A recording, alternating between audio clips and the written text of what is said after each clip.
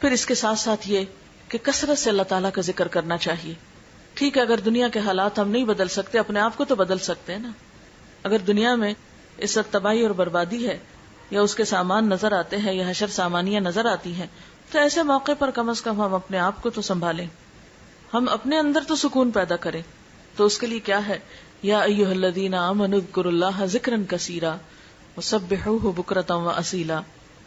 اے لوگو جو ایمان لائے ہو، اللہ کو یاد کرو کثرت کے ساتھ، بہت زیادہ اس کا ذکر کرو، اور صبح و شام اس کی تسبیح بیان کرو.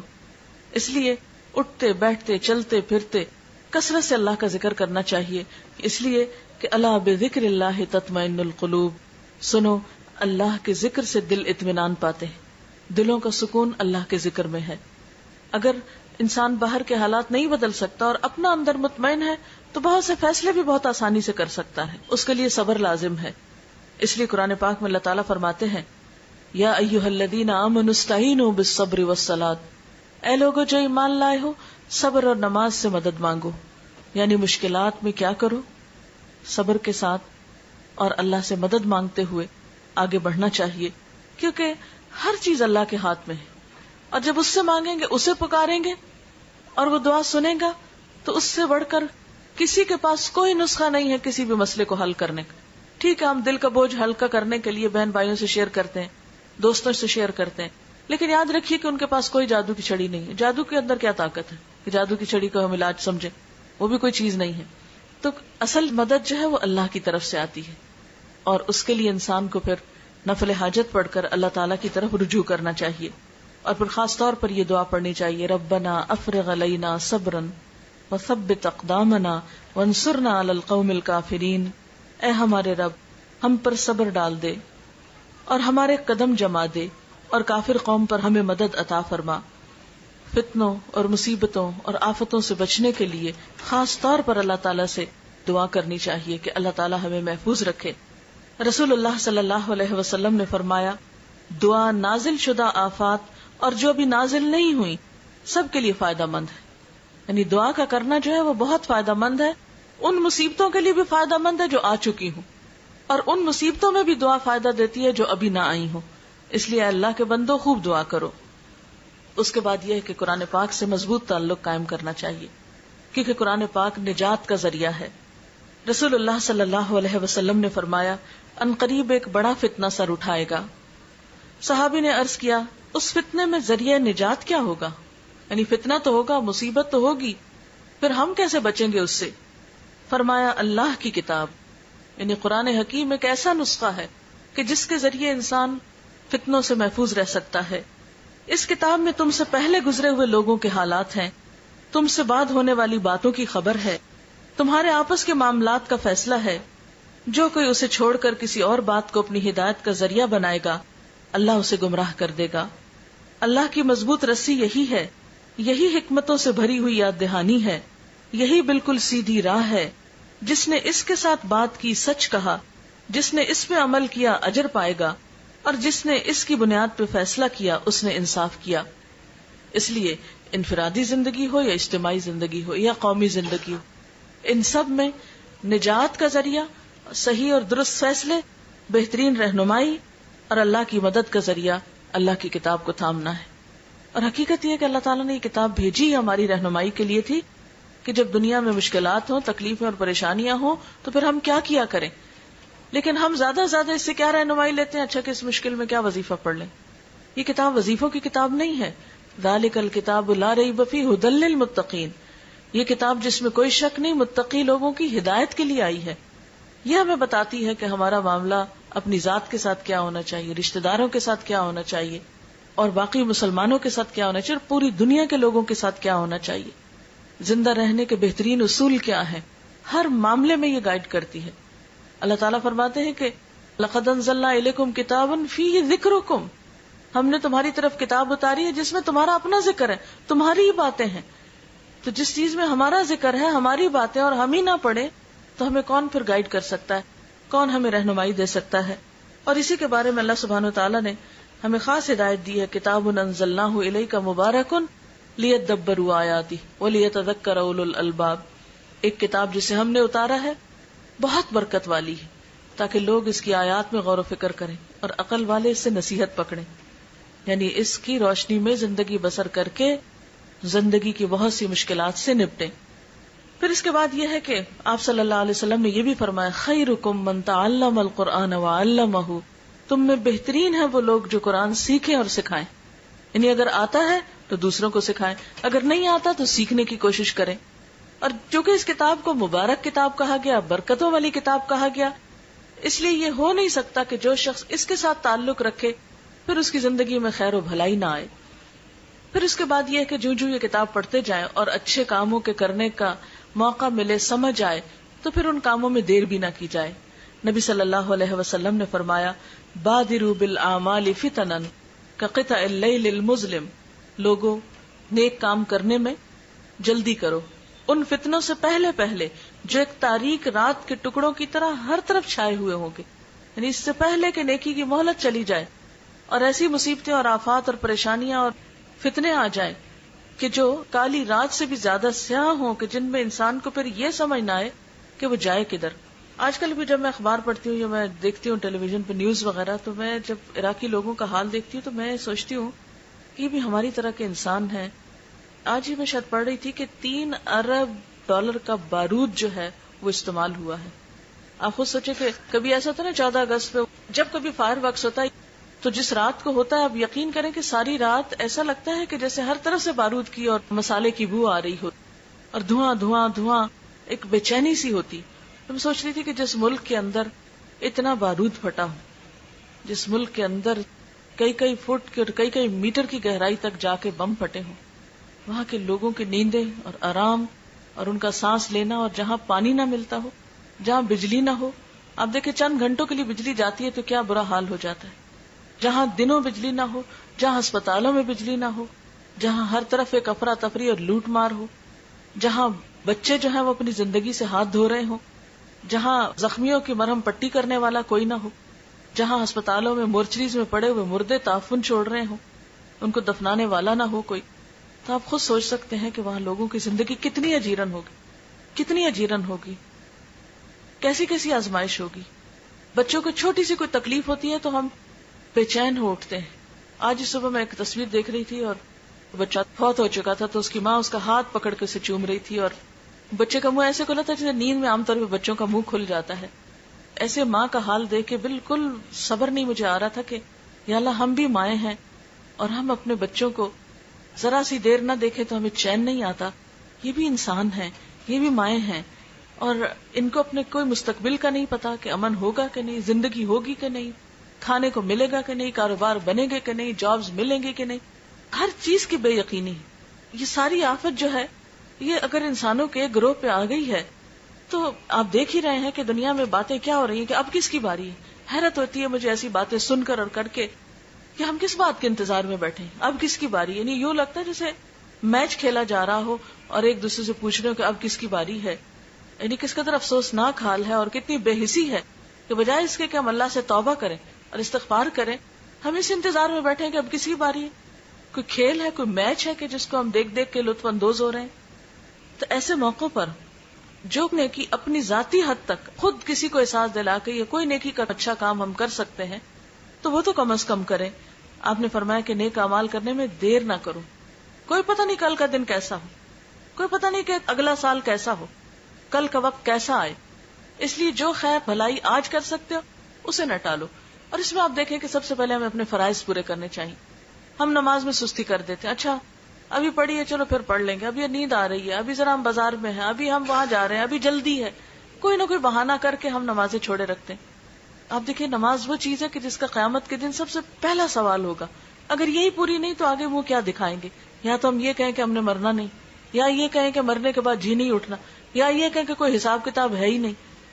اگر ہم یہ کہتے ہیں تو پھر ٹھیک ہے، جیسے چاہیں زندگی بسر کریں۔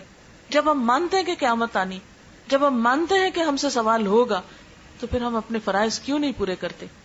فرض ہوتا ہے، وہ لازمی چیز ہے، اس کا حساب ہونا ہے، اس کی پوچھ ہونی ہے، اس لیے اس کو کیے بغیر چارہ ہی نہیں، اس کو کیے بغیر گزارا ہی نہیں، وہ اسی وقت ہوگا جب ہم کریں گے۔ تو اس لیے سب سے پہلی چیز تو ہمیں اپنے فرائض کے کرنے میں اپنی نمازوں کی پابندی، اور اپنے باقی فرائض جو ہمارے حقوق العباد کی طرف مثلاً جو ہیں ان کی طرف ہمیں توجہ دینی چاہیے. نبی صلی اللہ علیہ وسلم نے خاص طور پر دوسروں کا حق مارنے سے منع کیا ہے. اور دوسروں کا حق کیا ہے؟ مثلا بہن بھائیوں کا حق مار جانا, یا دوسروں کا حق مار کے ایک بچے کو دے دینا, یا اسی طرح کے اور بہت سے ظلم و ستم کے معاملات ہمارے معاشرے میں ہوتے رہتے ہیں.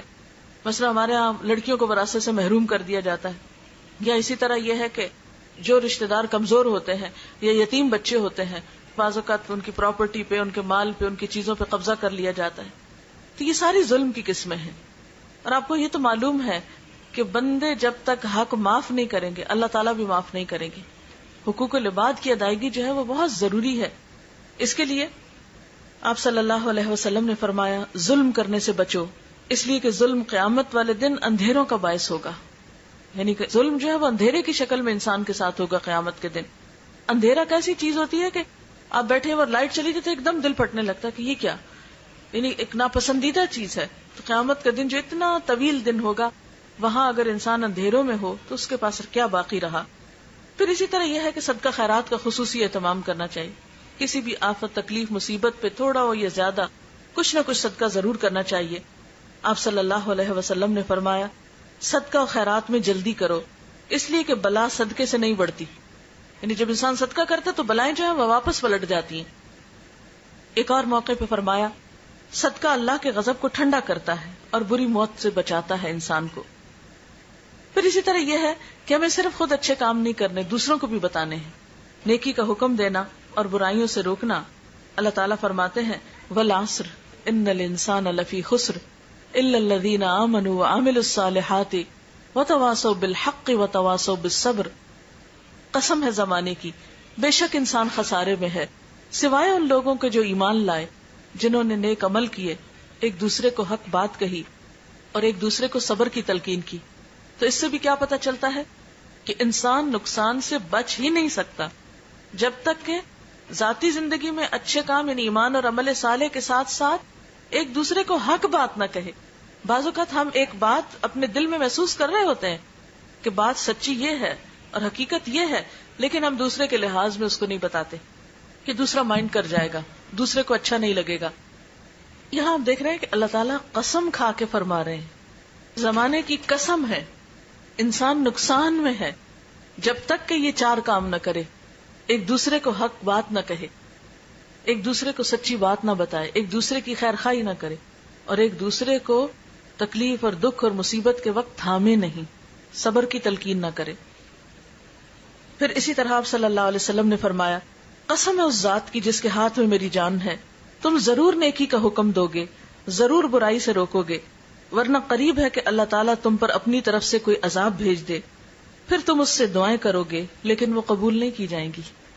یعنی جب تک تم نیکی نہ پھیلاؤ, جب تک لوگوں کو برے کاموں سے نہ روکو, ظلم و زیادتی سے نہ روکو, تو پھر ایسا نہ ہو کہ تم پہ وہ وقت آ جائے کہ تمہاری دعائیں نہ قبول ہوں. پھر اس کے ساتھ ساتھ یہ کہ لوگوں کو آپس میں جوڑنے کی کوشش کرنی چاہیے. امت مسلمہ کا ہر دور میں بہت بڑا المیہ یہ رہا ہے کہ وہ آپس میں ایک دوسرے کے دشمن رہیں, ان کے دل پھٹے رہیں, اور شیطان کا یہ سب سے بڑا وار ہوتا ہے کہ ان کو آپس میں لڑاؤ. یعنی کتنے افسوس کی بات ہے کہ سب ایک رب کو مانے, ایک دین کو مانے, ایک کتاب کو مانے, ایک مقصد مانے زندگی کا, اور پھر آپس میں ایک دوسرے سے جڑ کے نہ رہیں. اور یاد رکھیں ایک دوسرے سے صرف اس وقت جڑا جا سکتا ہے جب انسان دوسروں کی غلطیوں کو معاف کر دے, ان کی غلطیوں سے درگزر کرے, ان کی برائی کے جواب میں اچھائی کرے. ادفع باللتی ہی احسن فاذا الذی بینک وبینہ عداوۃ کأنہ ولی حمیم. کوئی برا کر بھی جائے تو تم برائی کا جواب کس سے دو؟ اچھے طریقے سے دو. تو پھر وہ شخص جس کے اور تمہارے درمیان عداوت ہے وہ ایسے ہو جائے گا جیسے دلی دوست ہو, ولی حمیم, گہرے دوست کی طرح ہو جائے گا دشمن بھی. لیکن آج افسوس یہ کہ دشمنوں کو تو دور کی بات کہ ہم دوست بنائیں, ہم نے تو دوستوں کو دشمن بنا لیا ہے, اپنے بھی دشمن بنتے جا رہے ہیں, اپنے بھی ایک دوسرے سے دور ہوتے چلے جا رہے ہیں. یہ انسان کے لیے کوئی اچھی علامت تو نہیں, یہ اللہ کی رحمت کی علامت تو نہیں.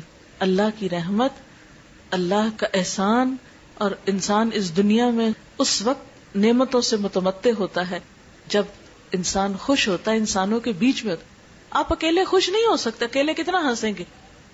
اگر آپ سب سے کٹ کے اپنی ذات میں رہنا شروع کر دیں کتنا ہنسیں گے آپ ہنس بھی نہیں سکتے.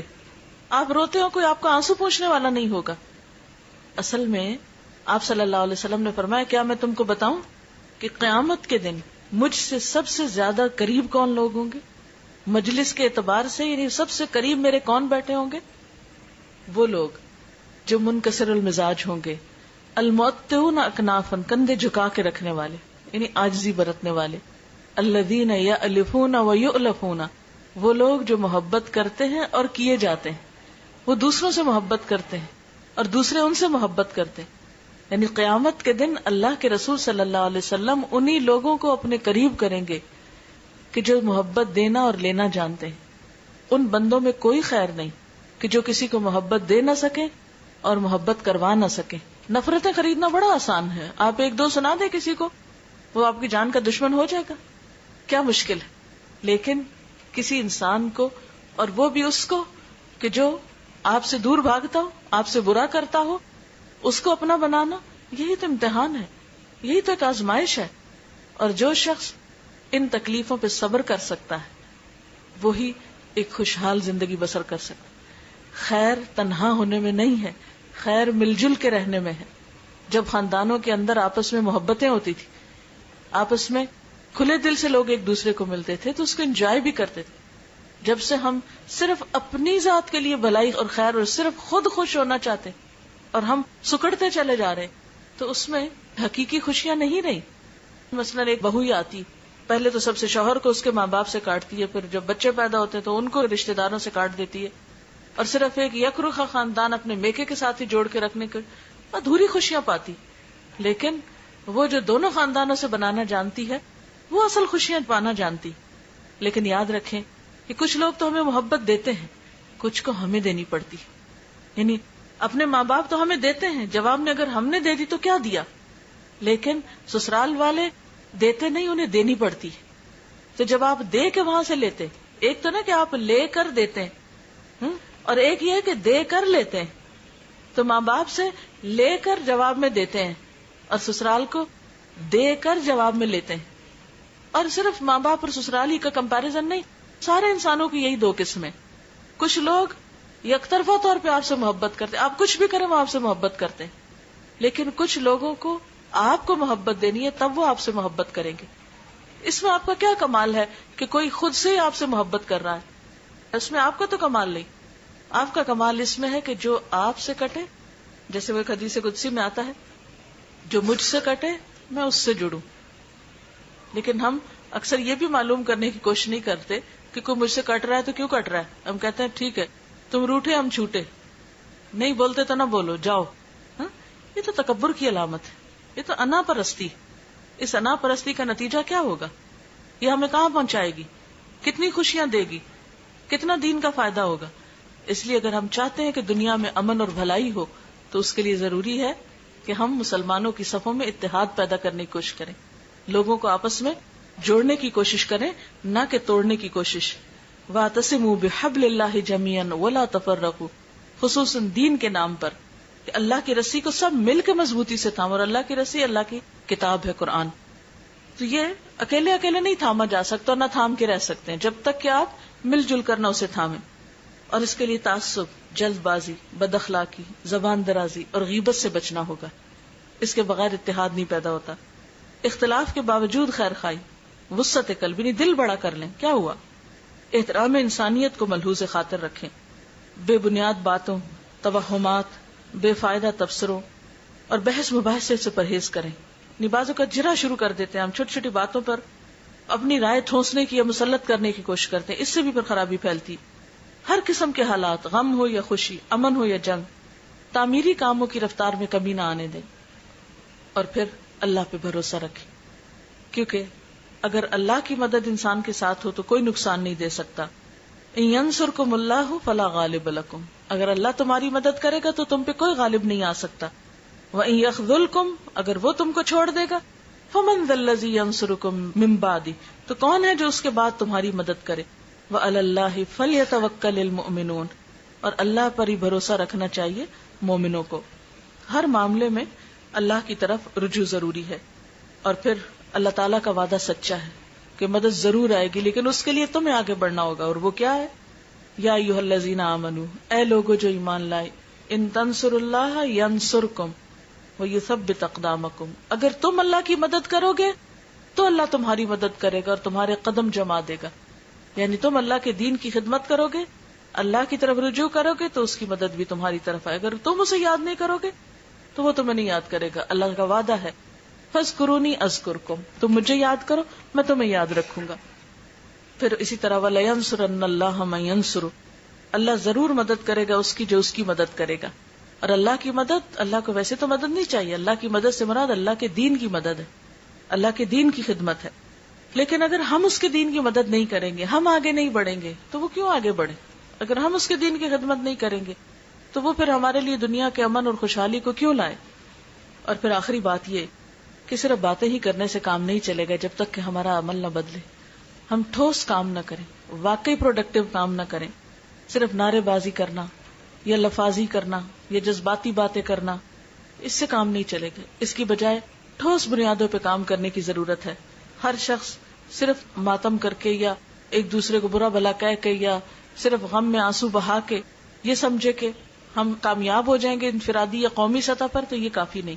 اس کے لیے ہمیں تعلیم اور تربیت اور ہر طرح کے ہنر اور ٹیکنالوجی میں آگے بڑھنا ہوگا. اور یہ کام صرف باتوں سے نہیں ہوتا، اس کے لیے لمبی محنت اور کوشش کی ضرورت ہوتی. جس طرح ایک شخص آپ دیکھیں کہ زندگی میں جب قابل بنتا ہے تو اس کو سال لگتے ہیں، تو جب ایک قوم ترقی کرتی ہے تو اس کو پھر اور بھی زیادہ وقت لگتا ہے. لیکن اگر سارے قدم اٹھانا شروع کر دیں، ہر شخص اپنی ذاتی حیثیت پہ دیکھے کہ میں کیا کر رہا ہوں، کیا دنیا میں جب مصیبت آتی ہے تو میرے عمل میں کچھ فرق پڑتا ہے، یا کسی کی تکلیف دیکھ کر مجھے کچھ نصیحت ہوتی ہے، میں اپنے طرز عمل کو بدلتی ہوں. اور چند ایک سوال ہیں، ہم سب اپنے آپ سے پوچھیں کہ کیا میں اپنا وقت ضائع تو نہیں کرتی؟ کیا میں نے سستی، کاہلی اور غفلت چھوڑ دی ہے؟ کیا میرے تعمیری کاموں میں کچھ تیزی آئی ہے؟ یعنی میں اپنا وقت زیادہ اچھے پروڈکٹیو کاموں میں گزارتی ہوں؟ کیا میرے معمولات میں کچھ تبدیلی آئی ہے؟ کیا میں نے زندگی کو محض سیر و تفریح اور صرف شاپنگ اور صرف گپ شپ اور پارٹنگ، صرف یہی زندگی کو سمجھ رکھا ہے، یا کچھ تعمیری کام بھی میری زندگی میں ہے؟ کیا میں نے اپنے اندر اخلاقی خوبیاں پیدا کی ہیں اور برائیوں سے بچنا شروع کیا ہے؟ کیا میں نے اللہ کے دین کی خدمت کے لیے کوئی قربانی کی ہے؟ اگر آج مجھے موت آ جائے تو میں اللہ کو جواب دینے کے لیے اپنے آپ کو کتنا تیار پاتی ہوں؟ میں سمجھتی ہوں کہ میرے پاس اتنے عمل ہیں کہ میں اسے راضی کر سکوں، اور اگر نہیں تو کوشش کیے بغیر خود بخود تو جمع نہیں ہوں گے. اگر میں نہیں بدلتی تو دنیا کیسے بدلے گی؟ دنیا کے حالات کیسے بدل سکتے ہیں؟ اور اگر دنیا کے حالات نہ بھی بدل سکیں تو کم از کم ہم اپنے آپ کو تو بدل لیں. افراد کے ہاتھوں میں ہے اقوام کی تقدیر، ہر فرد ہے ملت کے مقدر کا ستارہ. اللہ تعالیٰ سے دعا ہے کہ اللہ تعالیٰ ہمیں صحیح سوچ اور سمجھ دے اور بہترین عمل کی توفیق عطا فرمائے. وآخر دعوانا ان الحمد للہ رب العالمین. دعا کر لیتے. سبحان اللہ والحمد للہ ولا الہ الا اللہ واللہ اکبر ولا حول ولا قوة الا باللہ العلی العظیم. اللہم صل علی محمد وعلی آل محمد کما صلیت علی ابراہیم وعلی آل ابراہیم انک حمید مجید. اللہم بارک علی محمد وعلی آل محمد کما بارکت علی ابراہیم وعلی آل ابراہیم انک حمید مجید. ربنا آتنا فی الدنیا حسنۃ وفی الآخرۃ حسنۃ وقنا عذاب النار. ربنا لا تزغ قلوبنا بعد اذ ہدیتنا وہب لنا من لدنک رحمۃ انک انت الوہاب. ربنا ہب لنا من ازواجنا وذریاتنا قرۃ اعین واجعلنا للمتقین اماما. یا حی یا قیوم برحمتک نستغیث. لا الہ الا اللہ انت الحلیم الکریم. سبحان اللہ رب العرش العظیم والحمد للہ رب العالمین. رب نسألک موجبات رحمتک وعزائم مغفرتک والغنیمۃ من کل بر والسلامة من كل اسم لا تدع لنا ذنبا إلا غفرته ولا هما إلا فرجته ولا حاجة هي لك ردا إلا قضيتها يا أرحم الراحمين. یا اللہ پاک جو کچھ ہم نے پڑھا ہے اپنی رحمت سے اسے قبول فرما. یا اللہ تو ہم سب کو معاف فرما دے. یا اللہ ہمارے گناہوں سے درگزر فرما. یا اللہ ہم اپنے سارے قصوروں کا اعتراف کرتے ہیں. یا اللہ تو ہماری اصلاح فرما دے. یا اللہ ہمیں ہمارے نفس کے شر سے بچا لے. یا رب العالمین ہماری عبادت میں لذت پیدا کر دے. ہمیں نماز کا شوق عطا کر دے. یا رب العالمین ہمیں نمازوں کو اچھی طرح پورا کرنے کی توفیق عطا فرما. یا اللہ تو ہمیں صدقہ خیرات کی توفیق عطا فرما. یا اللہ تو نیکیوں کا شوق عطا کر دے، برائیوں سے نفرت دے دے. یا اللہ تو ہمارے گناہوں کو معاف کر دے. یا اللہ تو ہمیں قرآن پاک کی محبت عطا کر دے. یا رب العالمین تو ہمیں جنت الفردوس میں جگہ عطا فرمانا. یا اللہ دوزخ کے عذاب سے بچانا، دنیا کی تمام آزمائشوں سے محفوظ رکھنا. یا اللہ تو پاکستان کی حفاظت فرما. یا اللہ پاکستان کی حفاظت فرما. یا اللہ مسلمانوں کے دلوں کو باہم جوڑ دے، ان نفرتوں کو ختم کر دے. یا رب العالمین تو ہمارے گھرانوں میں سکون پیدا کر دے. یا اللہ ہمارے بچوں کو ہدایت عطا فرما. یا اللہ ہم سب کے دکھ دور فرما، بیماریاں اور تکلیفیں دور فرما. یا اللہ ساری بھلائی تیرے ہاتھ میں ہے، سارا اختیار تیرے پاس ہے. یا اللہ تو ہمیں قرآن کی سچی محبت عطا کر دے. یا اللہ تو ہمارے لیے نیکیوں کے راستے کھول دے. یا رب العالمین جتنی بہنیں آئی ہیں ان سب کا آنا قبول فرما. یا اللہ سب کے بچوں کو ہدایت عطا فرما، دنیا اور آخرت کی کامیابی عطا فرما. ہم سب کے والدین پر اپنی رحمت فرما. یا اللہ تو ہماری کوتاہیوں سے درگزر فرما. ربنا هب لنا من ازواجنا وذرياتنا قرة اعين واجعلنا للمتقين اماما. لا حول ولا قوة الا بالله العلي العظيم. ربنا لا تزغ قلوبنا بعد إذ هديتنا وهب لنا من لدنك رحمة إنك أنت الوهاب. ربنا لا تؤاخذنا إن نسينا أو أخطأنا. ربنا ولا تحمل علينا إصرا كما حملته على الذين من قبلنا. ربنا ولا تحملنا ما لا طاقة لنا به واعف عنا واغفر لنا وارحمنا انت مولانا فانصرنا على القوم الكافرين. یا اللہ پاک تو ہم سب پر اپنی رحمت نازل فرما. جنہوں نے اس مجلس کا اہتمام کیا ہے انہیں دنیا اور آخرت کی بھلائی عطا فرما. ان کے سارے دکھوں تکلیفوں اور پریشانیوں کو دور فرما. جتنی بہنیں یہاں آئی ہیں ان سب کے دکھ تکلیفیں پریشانیاں دور فرما.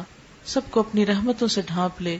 یا اللہ تو ہمیں قرآن پڑھنے کی توفیق دے، سمجھنے اور عمل کرنے کی توفیق دے، اور ہمارا انجام بہترین فرما. ربنا تقبل منا انک انت السمیع العلیم وتب علینا انک انت التواب الرحیم. وصلی اللہ تعالی علی خیر خلقہ محمد وعلی آلہ واصحابہ واہل بیتہ اجمعین برحمتک یا ارحم الراحمین. الہی آمین. سبحانک اللہم وبحمدک نشہد ان لا الہ الا انت نستغفرک ونتوب الیک. والسلام علیکم ورحمۃ اللہ وبرکاتہ.